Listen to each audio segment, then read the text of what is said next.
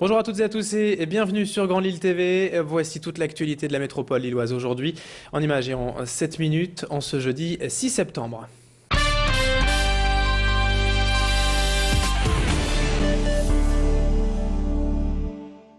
Le centre d'addictologie L'Espace du Possible, situé à Lille, accueille les personnes dépendantes à la drogue depuis plus de 15 ans. Ce centre d'accompagnement distribue des seringues stériles pour limiter les risques infectieux. On distribue du matériel de consommation pour les usagers de drogue actifs. Vous avez toute la panoplie nécessaire pour la consommation donc, de drogue aussi bien injectable que par voie nasale. Par exemple, ici, vous avez des kits de consommation par voie intraveineuse. La consommation de drogue au sein de l'établissement étant interdite, les toxicomanes sont livrés à eux-mêmes dans des lieux isolés. Tandis que le débat sur les salles de consommation de drogue fait rage dans les rangs des élus, les professionnels sociaux y voient un moyen de prendre contact avec les personnes dépendantes. Je pense que c'est une solution pour entrer en contact avec des personnes qui consomment dans la clandestinité, de les informer des risques qu'ils prennent, d'éventuellement anticiper sur de nouvelles infections et le jour où ils sont prêts, de les accompagner vers le soin dans le dispositif existant. Un premier centre est à l'étude à Paris à titre d'expérimentation. Martine Aubry attendrait les conclusions avant de se prononcer sur un centre de la consommation de drogue à moindre risque à Lille. Dégoter un logement à Lille, c'est souvent le début de la galère pour les étudiants retardataires. Les étudiants étrangers nouvellement arrivés se ruent sur les dernières offres disponibles. Christina, étudiante Erasmus, se heurte à la pénurie d'offres de logement et aux problèmes administratifs. La verdad es que está siendo bastante difícil encontrar un piso en Lille porque... La vérité, c'est que c'est assez difficile de trouver un appartement à Lille, parce que tout est presque complet. Et en plus, nous, en tant qu'étrangers, nous avons plus de difficultés, car on nous demande beaucoup de papiers, de garanties, beaucoup d'informations sur nos parents et nous. Par exemple, ce matin, nous sommes allés visiter un appartement et on nous a demandé la carte d'admission de l'université où nous irons étudier ou encore dans quoi travaillaient nos parents. À la veille de la rentrée universitaire, le CRIJ, le Centre d'information jeunesse, propose des alternatives aux studios en hypercentre comme la colocation ou le logement chez l'habitant, moins recherché, donc moins coûteux. Ne pas forcément se focaliser sur Lille, essayer de chercher dans les villes de la métropole. Les transports en commun permettent aujourd'hui de facilement se rendre à Mons, Roubaix, Tourcoing, Lomme par exemple, où les loyers sont déjà moins élevés et où la demande est bien moins importante. Et puis ne pas hésiter à chercher, je dirais, à se réunir en coloc, à réunir ses forces pour éventuellement trouver un appartement plus grand, peut-être par des agences immobilières, mais de trouver des plus grands appartements où on peut vivre à 2 ou 3. Le CRIJ organise des ateliers logements chaque mois. Le prochain est prévu le 12 septembre et s'intitulera « Pour une colocation réussie ». Avec son mètre 77, Victorine Blouin n'a pas réussi à séduire le jury de l'agence Elite Model Look. Cette jeune Villeneuvoise de 14 ans avait été repérée en mars dernier lors des présélections régionales parmi plus de 400 candidates. Au total, 12 jeunes filles nordistes se sont retrouvées à Paris pour passer des tests de photogénie. Aucune apprentie mannequin n'a été sélectionnée pour participer à la finale qui se déroulera le 22 octobre prochain. Victorine repart néanmoins avec des souvenirs plein la tête et quelques complexes en moins. J'ai voulu arrêter de manger pour arrêter de grandir. Et ma mère m'a inscrit à ce concours pour me montrer que j'étais pas la seule.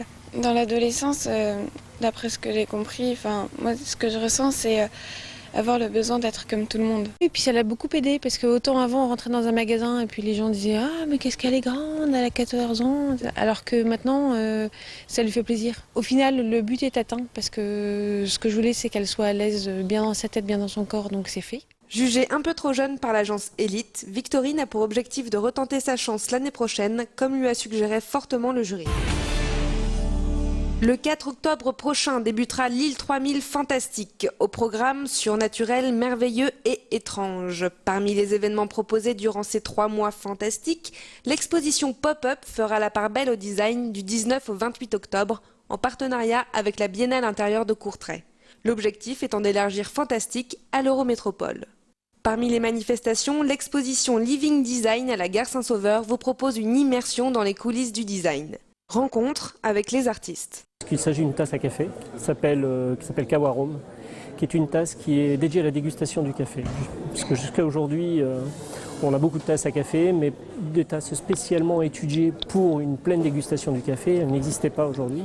Un mur fait de modules en verre optique qui, à la base, s'appuyait sur une technologie optique, celle de la caméra obscura, et qu'on rétroéclaire en fait lentille par lentille avec un flux lumineux, avec un système de LED. Oui, mon projet pour l'île fantastique est un ovni, ce qui est un objet volant non identifié.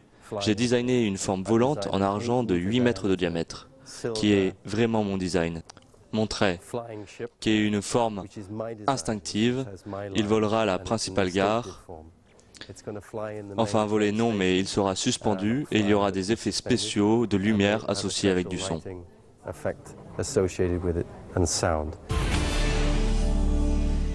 Et c'est la fin de ce journal. Merci à toutes et à tous de l'avoir suivi. Dans un instant, l'info continue sur Grand Lille TV.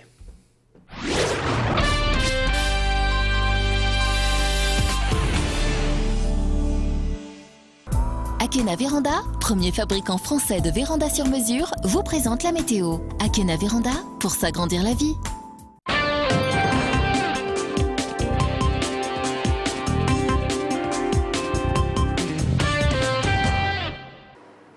Allez, on prend tout de suite la direction du ciel. Aujourd'hui, temps variable, alternance de nuages et d'éclaircies avec une moyenne de 19 degrés. Pour cette nuit, le ciel sera complètement dégagé. La moyenne sera de 10 degrés. Et puis demain matin et demain après-midi, c'est le soleil qui va reprendre ses quartiers. 10 degrés le matin, 23 degrés pour les maximales. Cette tendance, elle va se répéter pour cette fin de semaine. Autrement dit, pour samedi, pas de complications. Bien au contraire, on aura droit à du soleil avec une moyenne de 23 degrés.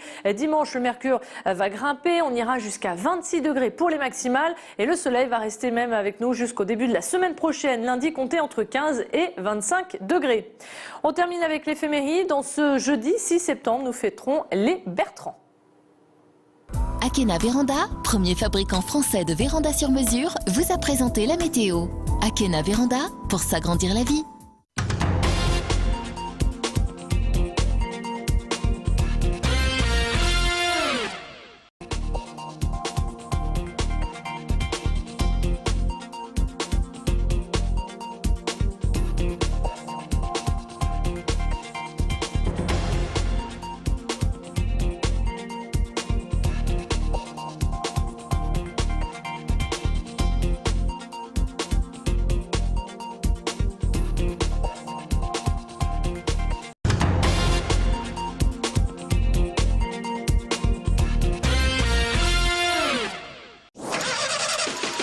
Retrouvez la sélection des stations-service les moins chères de la métropole sur carbeo.com.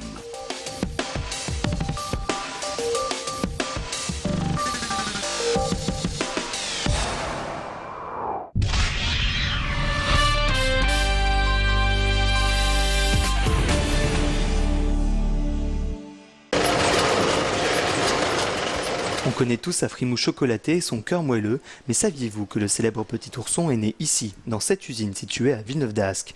Et la confiserie a déjà conquis un large public. Il ne les fait pas, mais le petit ourson fête déjà ses 50 ans. C'est effectivement un produit qui est connu des petits et des grands, qui connaissaient ça avec leur grand-mère, dans le sac de goûter. Donc c'est un produit assez fabuleux et qui plaît toujours aujourd'hui, comme il a plu il y a 50 ans. 50 ans, ça se fête dignement. Pour l'occasion, le petit ourson a été complètement relooké. Cette année, on a créé un nouveau produit qui est l'ourson blanc, alors qui est très tendre et très savoureux. Donc ça plaît beaucoup. Les gens qui aiment l'ourson blanc, c'est quelque chose de très bon. Blanc ou au lait, la recette reste fidèle à celle d'origine, soit 12 grammes de chocolat et de guimauve. Mais dans le détail, pas question d'en connaître davantage, la recette reste un secret bien gardé. C'est le secret qui est à bien garder et qui est bien gardé puisque c'est une recette historique et en plus un savoir-faire qu'on se transmet de génération en génération. Avec plus de 50% de la production de l'usine, la douceur reste le produit phare de l'entreprise. Le petit ourson continue de plaire aux Français et s'exporte aussi, désormais, dans le monde entier.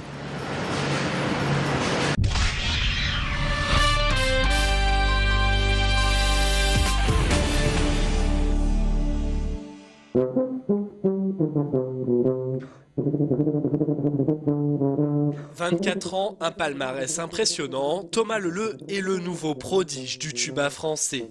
Un père professeur de conservatoire, une mère pianiste, pourtant pas de formation classique jusqu'à l'adolescence. Il démarre le gros tuba sur le tard, cela ne l'empêche pas aujourd'hui d'être nominé aux victoires de la musique classique. En toute objectivité, c'est sûr que quand on arrive nominé aux victoires de la musique, quand on est lauréat de concours internationaux, voilà, moi, ça m'est arrivé assez jeune. Ça veut dire quelque chose. J'ai peut-être un petit peu de talent, ou voilà, j'ai peut-être des facilités. Mais après, je pense que c'est important de garder la tête sur les épaules parce que c'est un métier dans lequel rien n'est jamais gagné d'avance.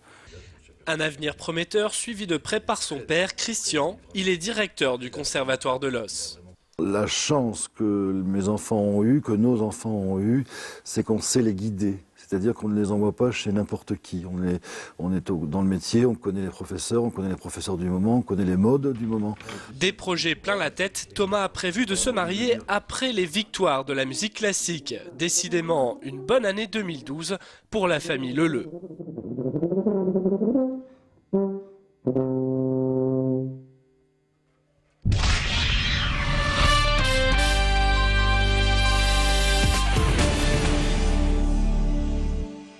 C'est une réunion houleuse qui s'annonçait au Conseil supérieur de l'audiovisuel ce jeudi 17 juillet. À l'ordre du jour, le changement de numérotation des chaînes de télévision locales. Une mesure pour le CSA, mais une catastrophe pour tous les dirigeants des chaînes locales. Un changement de numérotation, ça représente du désordre. Et de changer, au bout de 7 mois pour notre cas de numéro, c'est beaucoup d'efforts de communication qui sont anéantis. C'est notre patrimoine, c'est notre nom. Ça fait 2 ans qu'on y travaille justement à lui donner une identité avec ce nom-là. C'est nous, donc c'est nous tuer, c'est criminel. Aujourd'hui, nous sommes venus dire notre colère aux conseillers à bout, notre colère et surtout notre détermination de, par tous les moyens que nous donne la justice, d'aller jusqu'au bout pour empêcher que cette mesure soit appliquée. La réunion fut néanmoins courtoise, le dialogue ouvert, mais les chaînes locales campaient fermement et solidairement sur leur position. Une fois de plus, on regrette que ce dialogue n'ait pas eu lieu bien en amont de cette prise de décision, même si Michel Boyon nous a dit que la décision n'était pas encore prise. Mon rôle, moi, de responsable du groupe de travail des chaînes locales, c'est de faire en sorte que les choses puissent s'apaiser, qu'on trouve des moyens de compensation, soit à travers la loi, soit à travers des décisions du CSA. On a fait part de nos revendications au CSA et que je crois que la position du CSA est ferme. Bien que le président nous parle d'une décision d'orientation, nous on le prend plutôt comme une décision actée et donc je crois que les télés locales ont envie et vont aller jusqu'au bout de tous les recours à leur disposition. Faute d'un changement d'orientation du CSA, les chaînes locales s'acheminent vers un recours au Conseil d'État en septembre prochain.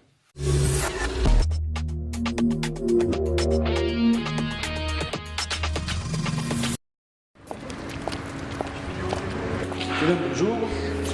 Monsieur, bonjour. Bienvenue au Tolly.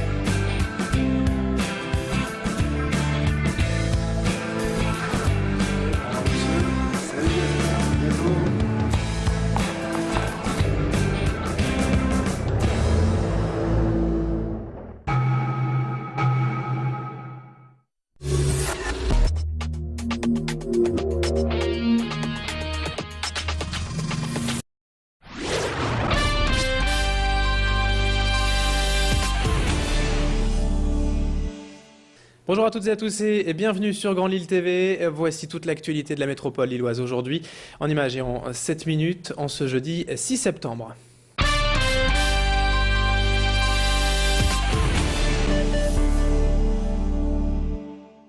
Le centre d'addictologie L'Espace du Possible, situé à Lille, accueille les personnes dépendantes à la drogue depuis plus de 15 ans. Ce centre d'accompagnement distribue des seringues stériles pour limiter les risques infectieux. On distribue du matériel de consommation pour les usagers de drogue actifs. Vous avez toute la panoplie nécessaire pour la consommation donc, de drogue, aussi bien injectable que par voie nasale.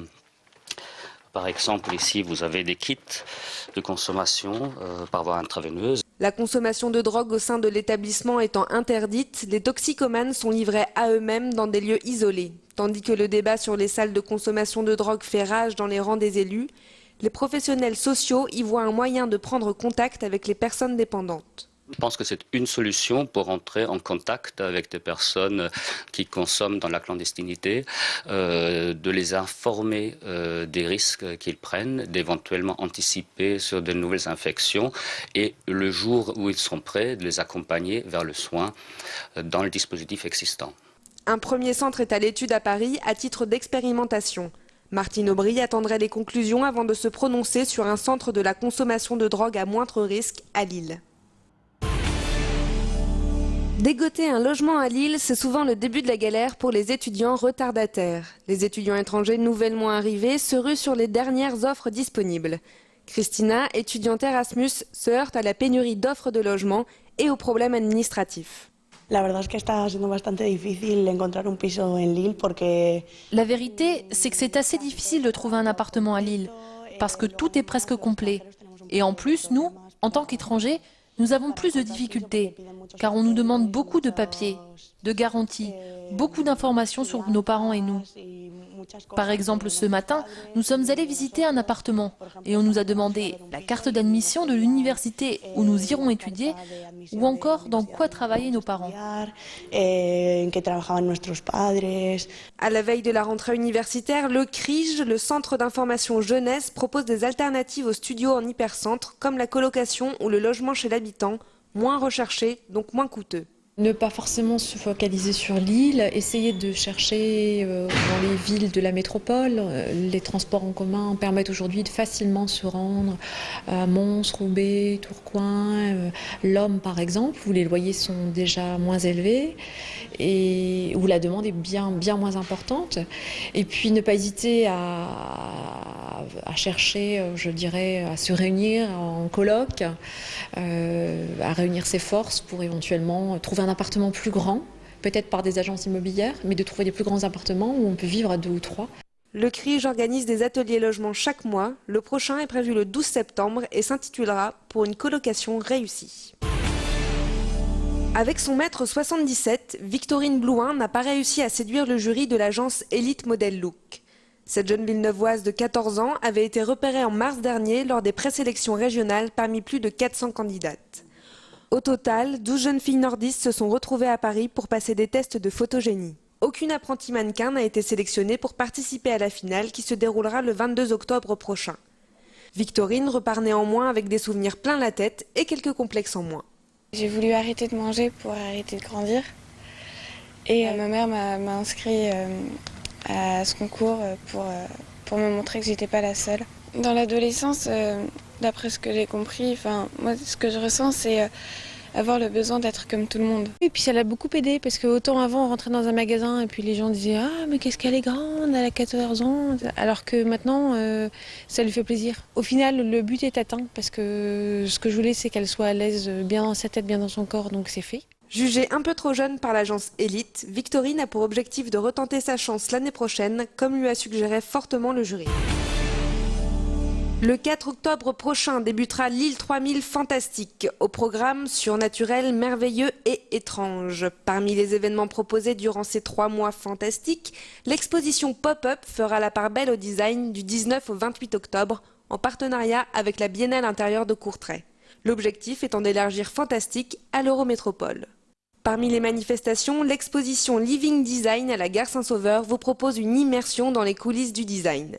Rencontre avec les artistes. Il s'agit d'une tasse à café qui s'appelle Kawarome, qui est une tasse qui est dédiée à la dégustation du café. Parce que jusqu'à aujourd'hui, on a beaucoup de tasses à café, mais des tasses spécialement étudiées pour une pleine dégustation du café, elles n'existaient pas aujourd'hui. Un mur fait de modules en verre optique qui, à la base, s'appuyaient sur une technologie optique, celle de la caméra obscura, et qu'on rétroéclaire en fait lentille par lentille avec un fluide lumineux, avec un système de LED. Oui, mon projet pour l'île fantastique est un ovni, ce qui est un objet volant non identifié. J'ai designé une forme volante en argent de 8 mètres de diamètre, qui est vraiment mon design. Mon trait, qui est une forme instinctive, il volera à la principale gare. Enfin, voler non, mais il sera suspendu et il y aura des effets spéciaux de lumière associés avec du son.